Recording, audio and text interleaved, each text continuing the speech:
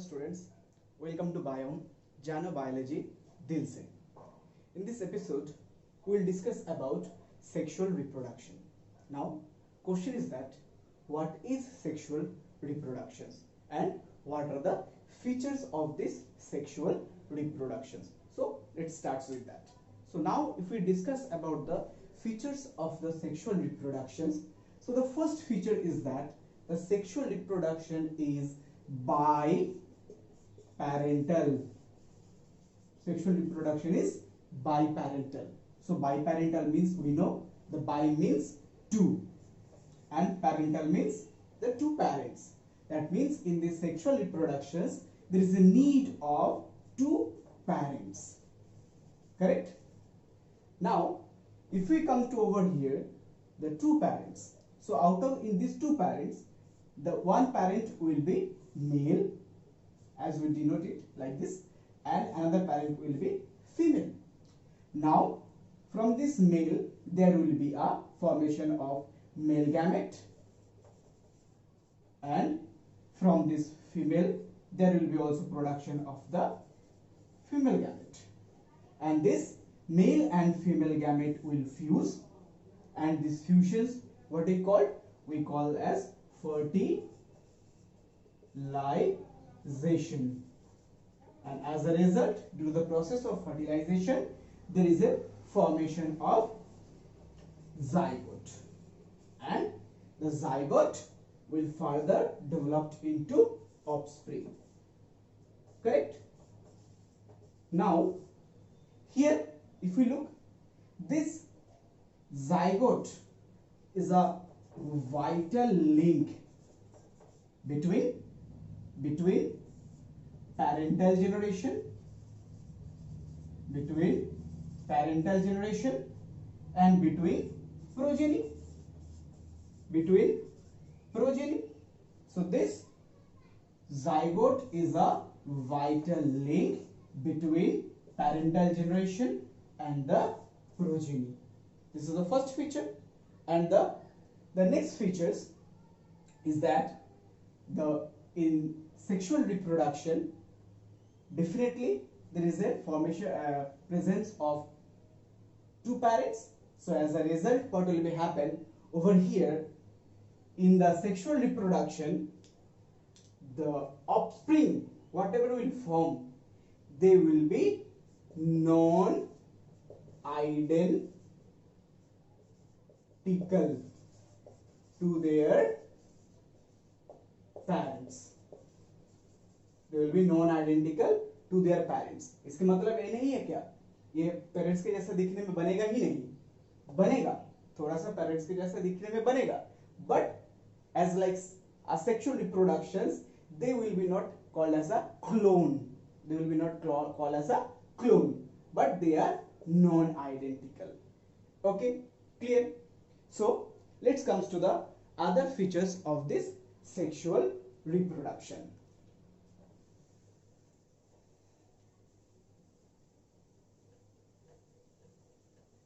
Now, in the case of the sexual reproduction, the meiosis is a vital cell division. Why? Because through the meiosis, the variation will come, and due to these variations, those organisms do sexual reproductions, they are become more stable, and on the point of evolutionary aspect, they are more stable, okay, and they are more complex. Now one question for you students, where we can get this sexual reproduction? Generally the sexual reproduction found in higher plants and animals, but in some extreme cases the lower plants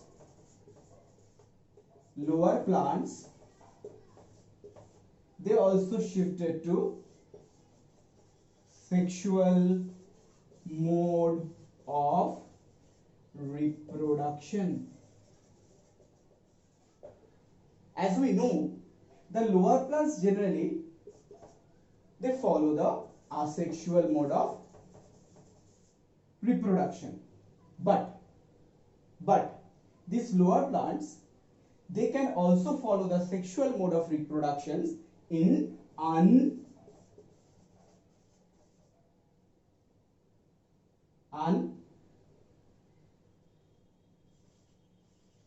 unfavorable conditions. Okay, in unfavorable conditions, this lower plants they shifted to sexual mode of reproduction from asexual mode of reproduction. Now question is that why? Because in this point we discussed that due to the meiosis, and where we can get the meiosis? Meiosis we can get only into sexual reproduction, and due to the meiosis here we are getting variation, and these variations helps the organism to cope up or to tolerate the unfavorable conditions. Now you got your answer why the lower plants shifted to the asexual mode of reproduction from asexual mode of reproduction, because the variations enable the organisms to tolerate unfavorable conditions, It's clear? Okay, so that's why the meiosis also an important point. And next, the other feature is that the sexual mode of reproduction, okay, it's a complex form. It's a complex form or complex mode of reproduction. And another features, generally it's a slower process. It's a slower process compared to the asexual mode of reproduction. The sexual mode of reproduction is completely slower process. Okay, clear? Next, we'll move into the reproductive phases of the organisms, or reproductive phases in the life cycle of the organism. So let's start with that. So the reproductive phases, reproductive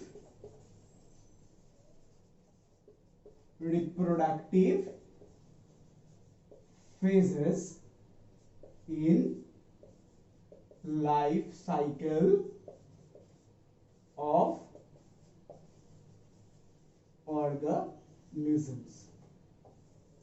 Now, there are total 3 phases are present in the life cycle of the organism. So the first phase is the juvenile phase. Second phase is our reproductive phase.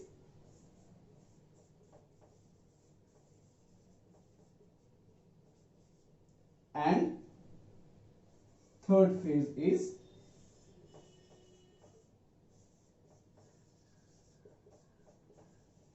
senescent phase. Now, this juvenile phase is also called as pre-reproductive phase. It's also called as pre-reproductive phase.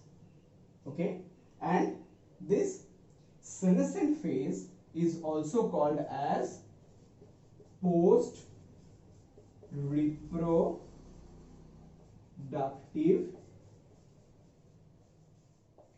phase. So let's elaborate these points. So the juvenile phase or pre-reproductive phase. Now this juvenile phase and the pre-reproductive phase. So pre means before.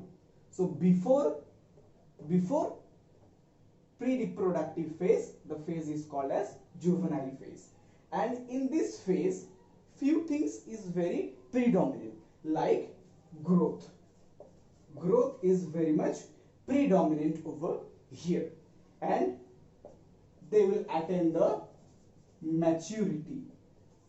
Okay, and this juvenile phase, in case of the plant,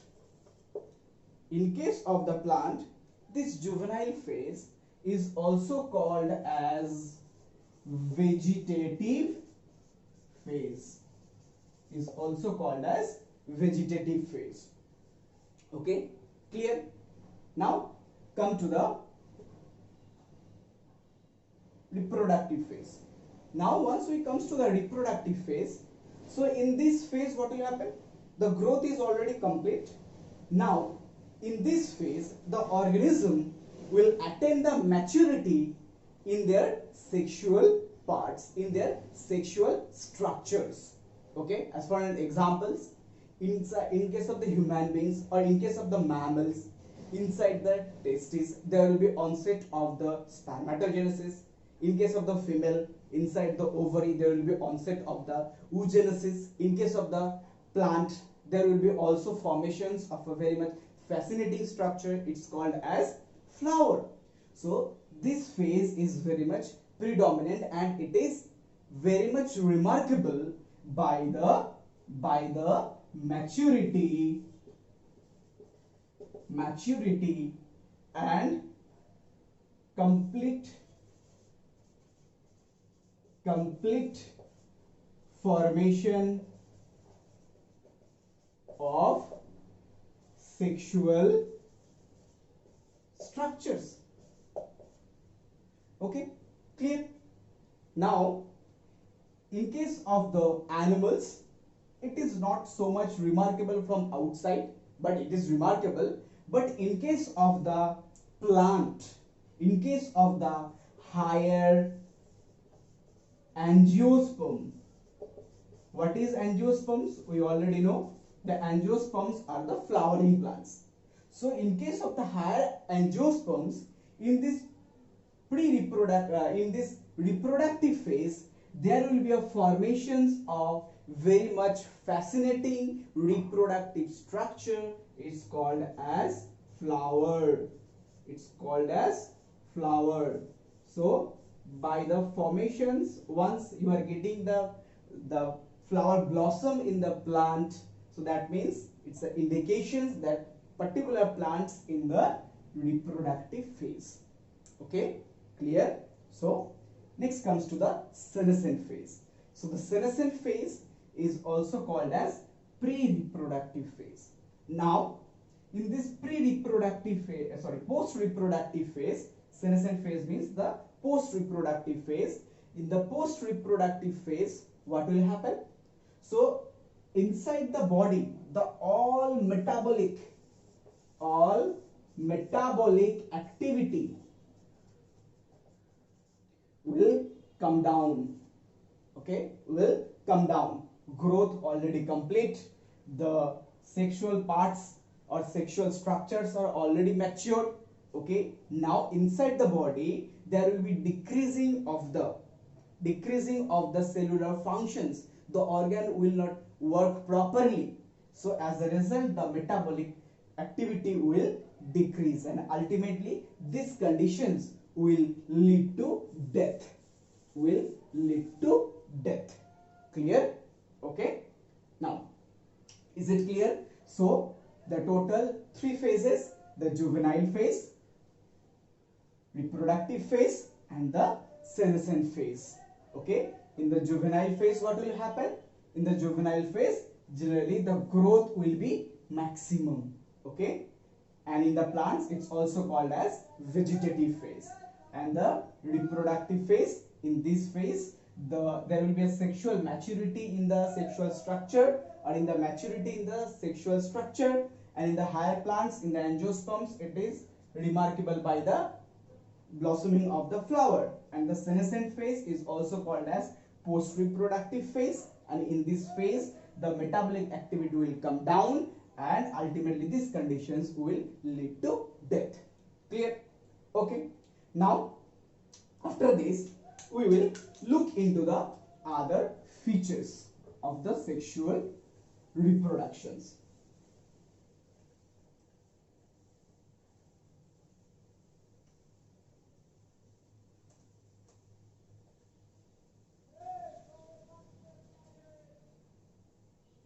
Now, here I would like to draw your attention. In this case, if we look into the plants, so the plants will also two type. There are also two type. One is the monocarpic, okay, and another is the polycarpic. So the plant is of two types on the basis of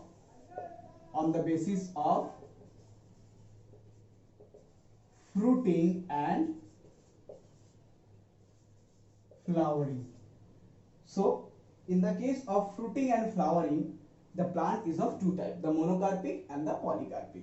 In the monocarpic, what will happen? The fruiting or the flowering, it will occur once in a year. But in case of the polycarpic, the fruiting or flowering, it will occur at regular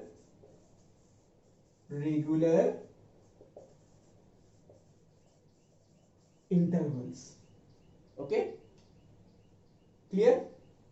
For examples, if we discuss over here the few annual plants like our rice, wheat, few biennial plants like carrot, radish, and few perennial plants also, and few perennial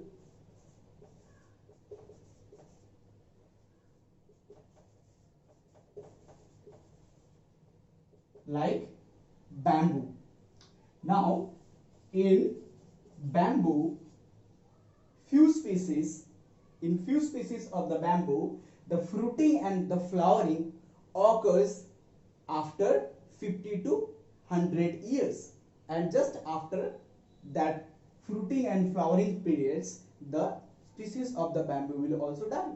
For examples, please note it down, that is Bambusa tulda,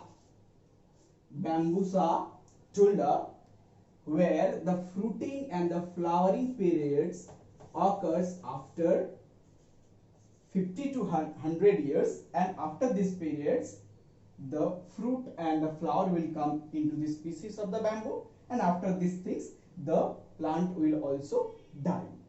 And here few examples.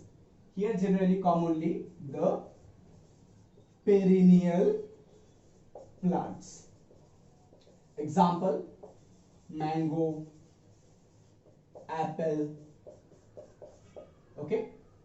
So in this case of these polycarpic plants like mango and apple, some important features are also there. What are that important features particularly? In this particular periods or in this particular polycarpic plants, the three phases of life cycle. What are those three phases of life cycle? We already know: juvenile phase, reproductive phase, and the post reproductive phase are there. But in case of this polycarpic plants, the juvenile phase is very much common, and after that when the plant will comes to the reproductive phase, suddenly it will not come to the post reproductive phase. In this reproductive phase, in particular one season, they will give us flower, they will give us fruit. Again there will be a sudden pause, Okay, and after again certain pause, another reproductive phase, again in that particular periods they will give us again fruits, again flower. Okay, and after particular certain periods there will be a post reproductive phase. But in case of this monocarpic plants, this juvenile phase, reproductive phase and the post reproductive phase, these three phases are very much distinct. But in case of the polycarpic plants, these three phases are not very much distinct. Okay, now in this point I'd like to tell some extra informations regarding this polycarpic plants.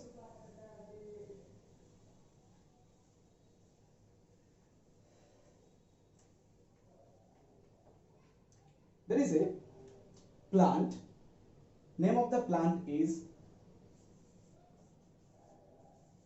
Storby lanthus kunthiana. Commonly, it is also called as Neela Kuranji.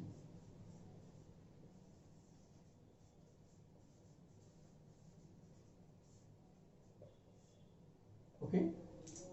Now, what is the speciality of this plant? The speciality of this plant, in this plant, the blossoming period is about 12 years.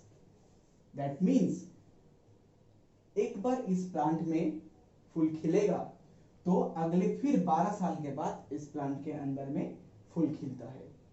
So it's reported that last in 2006 last its blossom. Again after 12 years, that means the 2018 it is last blossom, and you can easily calculate in 2030 it will again blossom. Okay, now why it's called as Neela Kuranji? Because this plant generally found in the hilly regions of the Kerala, Karnataka and Tamil Nadu. Okay, and whenever this flower will blossom, the all Neela Kuranji plant will blossom togetherly. So as a result, what will be happen? The entire mountain ranges will be covered with very much beautiful blue color flower of this particular plant. So from that phenomenon, this plant name came Neela Kuranji. Okay, I hope so you got interested in this portion. Why it's called as Neela Kuranji?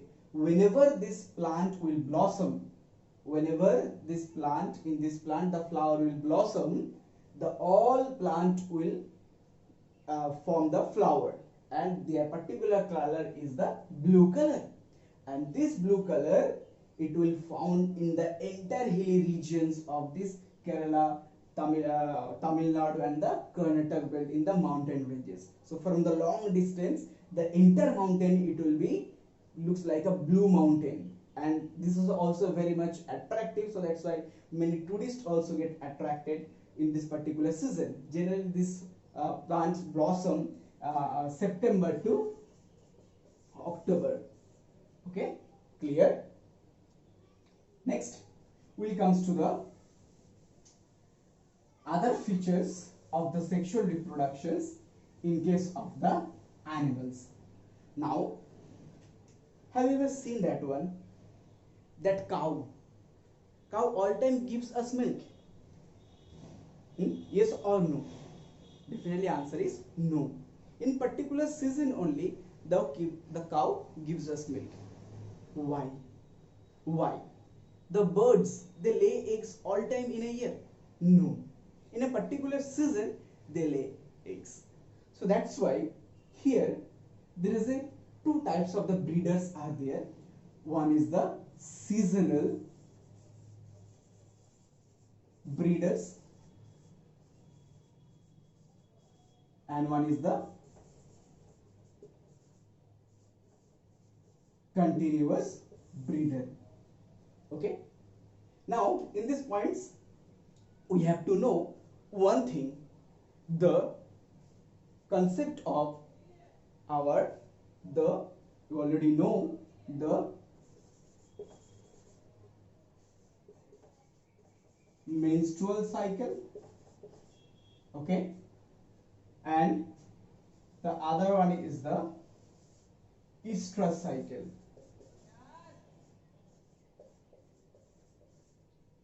Now, what is the difference between the menstrual cycle and the estrus cycle? The menstrual cycle generally found where? Generally found in primates. Okay, like human. Okay, so but the estrus cycle generally found in non-primates like rat, cow, buffalo, sheep. They are non-primate and humans are the primate. Now we already know in the menstrual cycle what happens. In the menstrual cycle, due to the breakdown of the endometrium wall, there is a bleeding. Okay, but in the estrus cycle there is a no bleeding. Got it? Clear? In the menstrual cycle, due to the breakdown of the endometrium wall, the bleeding occurs. But in the estrus cycle, the bleeding not occurs. Clear? Next is that one only. In the time of the menstrual cycle, okay, in the time of the menstrual cycle, generally the reproduction or copulation, it's not preferable. That means during the time of this menstrual cycle, the copulation or mating is not preferable. But in the case of the estrus cycle, this is the period, this is the time of the copulation.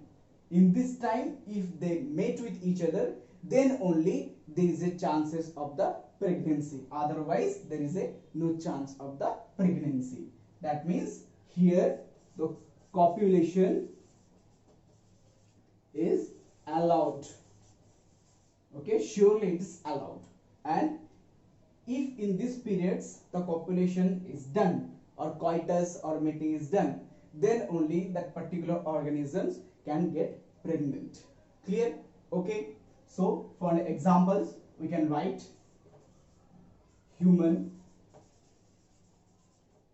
Here also you can write few examples: rat,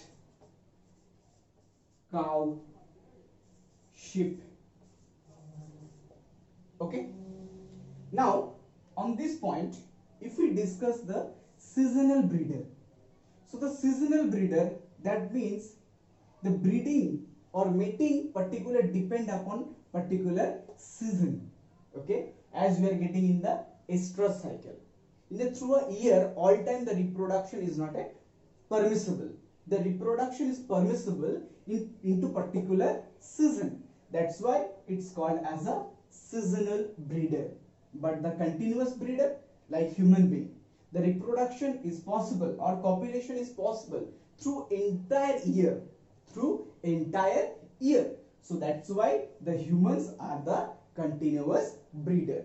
Okay, clear? So 2 points. One is the seasonal breeder and another one is the continuous breeder. So who are the seasonal breeders? Those are the non-primates. They are the seasonal breeders. And those are the primates. They are the continuous breeder. Okay, clear? Hope so you like this topic today, and in the next video we will discuss about the events of the sexual reproduction. Thank you.